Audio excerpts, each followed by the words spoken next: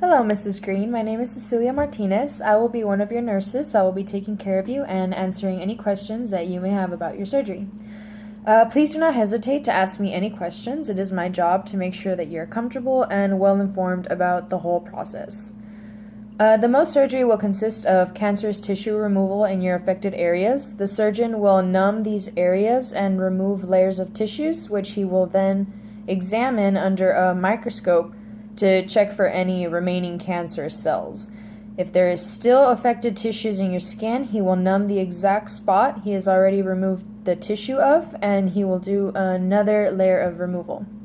The doctor will repeat the checking of cancerous cells and removal of tissue as long as he finds more unhealthy cells.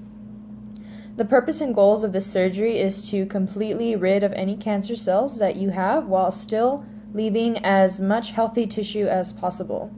That way that we can leave you with the smallest possible scar. Excuse me.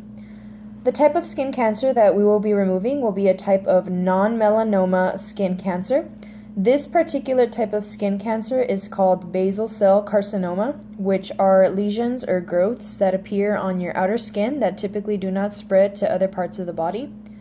These lesions or growths that appear on your skin can look like open sores or red or pink patches or growths.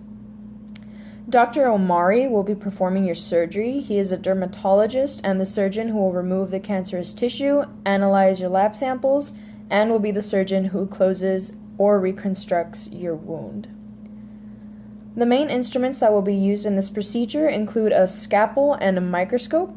The main procedures include performing a biopsy, injecting anesthesia, removing tissue layers with a scalpel, observing the tissue by means of microscopy, and then stitching up the wound.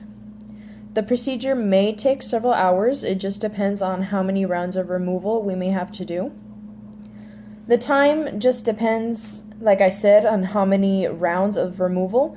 If the surgeon still finds more cancer cells in your skin, then they will have to do an additional round of removal until they do not find any more cancerous cells. Unfortunately, since we are making fairly deep incisions, there will probably be some scarring left on your skin. This is a very common side effect of this procedure. The good news is that this procedure spares as much healthy tissue as possible, which means you will be left with the smallest possible scar. Dr. Omari will remind you of a very important wound care information, or she will remind you of very important wound care information, as well as letting you know what kinds of activities you should stray away from, like wearing makeup or exercising. He should tell you how often to replace your bandages, what over-the-counter pills you can take for any post-surgery pain you may have, how much rest you should be getting as well. These instructions are very important and you should not take them lightly. If you do not follow these instructions, you can risk bigger or more agitated scars, a possible infection, or opening of your stitches. So you should be ready to have those stitches removed in about 7 to 10 days. We'll remove your stitches next time and check up on how your surgery went.